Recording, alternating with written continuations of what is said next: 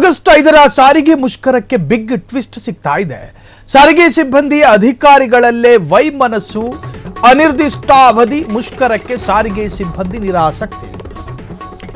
August 5ನೇ ತಾರೀಕು ಸಾರಿಗೆ ಮುಷ್ಕರಕ್ಕೆ ಈಗ ಹೊಸ ಬಿಗ್ ಟ್ವಿಸ್ಟ್. ಸಾರಿಗೆ ಸಿಬ್ಬಂದಿ ಅಧಿಕಾರಿಗಳ ನಡುವೆ ವೈಮನಸ್ಸು ಎದ್ದು ಕಾಣ್ತಾ ಇದೆ. ಅನಿರ್ದಿಷ್ಟಾವಧಿ ಮುಷ್ಕರಕ್ಕೆ ಸಾರಿಗೆ ಸಿಬ್ಬಂದಿಗಳಿಂದ ನಿರಾಸಕ್ತಿ. ಮುಷ್ಕರದಲ್ಲಿ ಪಾಲ್ಗೊಳ್ಳಲು ಸಿಬ್ಬಂದಿಯ ಷರತ್ತುಗಳು, ಕಂಡೀಷನ್ಗಳು.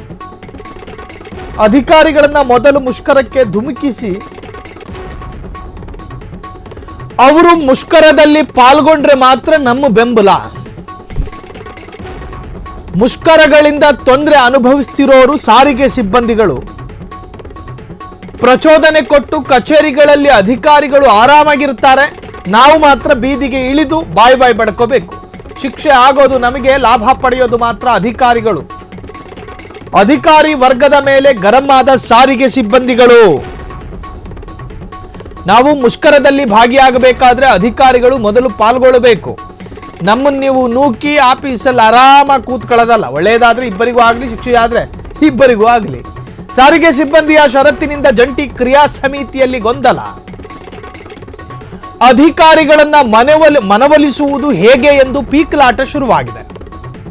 ಸಾರಿಗೆ ಸಿಬ್ಬಂದಿಯನ್ನ ಮುಷ್ಕರಕ್ಕೆ ಧುಮುಕಿಸುವುದು ಹೇಗೆ ಎಂದು ಚಿಂತೆ. ನೋಡಿ, ಆಗಸ್ಟ್ 5ನೇ ತಾರೀಕು ಸಾರಿಗೆ ಮುಷ್ಕರಕ್ಕೆ ಒಂದು ಕರೆಯನ್ನು ಕೊಡಲಾಗಿತ್ತು. ಆರಂಭದಲ್ಲಿ ಆ ಕರೆ ಸುಲಲಿತವಾಗಿ ಜಾರಿಗೆ ಬಂತು.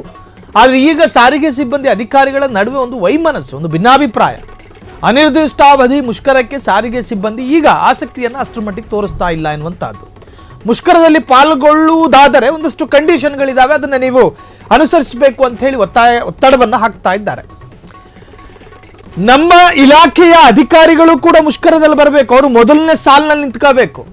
ನಾವು ಮುಂಭಾಗದಲ್ಲಿ ನಿಂತ್ಕೊಂಡು ಹೋರಾಟ ಮಾಡೋದಂತೆ, ನಮ್ಮ ಮೇಲಿನ ಅಧಿಕಾರಿಗಳ ಆಫೀಸಲ್ಲಿ ಕೂತ್ಕೊಂಡು ಪರೋಕ್ಷವಾದ ಪ್ರಯೋಜನಗಳನ್ನು ಪಡೆದುಕೊಳ್ಳೋದಂತೆ. ನಾವು ಹೋರಾಟ ಮಾಡೋಣ, ನಮಗೆ ಅಧಿಕಾರಿಗಳು ಸಾಥ್ ಕೊಡಬೇಕು, ಮುಂದಿನ ಸಾಲಲ್ಲಿ ಅವರೇ ಕಾಣಿಸ್ಕೋಬೇಕು.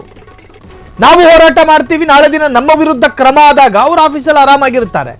ಒಂದೋ ಇಬ್ಬರಿಗೂ ಶಿಕ್ಷೆ ಆಗಲಿ ಅಥವಾ ಇಬ್ಬರಿಗೂ ನ್ಯಾಯ ಸಿಗಲಿ.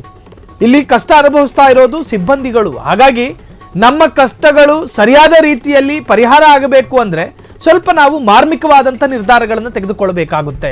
ಅದರಲ್ಲೊಂದಷ್ಟು ಸವಾಲುಗಳೇ ಇರಬಹುದು. ಅದರ ಅರ್ಥ ಅಧಿಕಾರಿಗಳು ಕೂಡ ಮುಷ್ಕರದಲ್ಲಿ ಪಾಲ್ಗೊಳ್ಳಬೇಕು.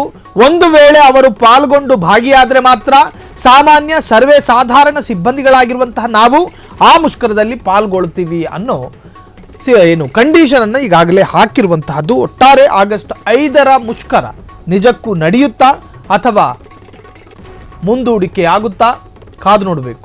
ಕ್ಷಣ ಕ್ಷಣದ ಸುದ್ದಿಗಳಿಗಾಗಿ ಫ್ರೀಡಂ ಟಿವಿ ಸಬ್ಸ್ಕ್ರೈಬ್ ಮಾಡಿ, ಲೈಕ್ ಮಾಡಿ ಹಾಗೂ ಫಾಲೋ ಮಾಡಿ. ಹೊಸ ಸುದ್ದಿಗಳ ನೋಟಿಫಿಕೇಶನ್ಗಾಗಿ ಬೆಲ್ ಐಕಾನ್ ಮೇಲೆ ಕ್ಲಿಕ್ ಮಾಡಿ.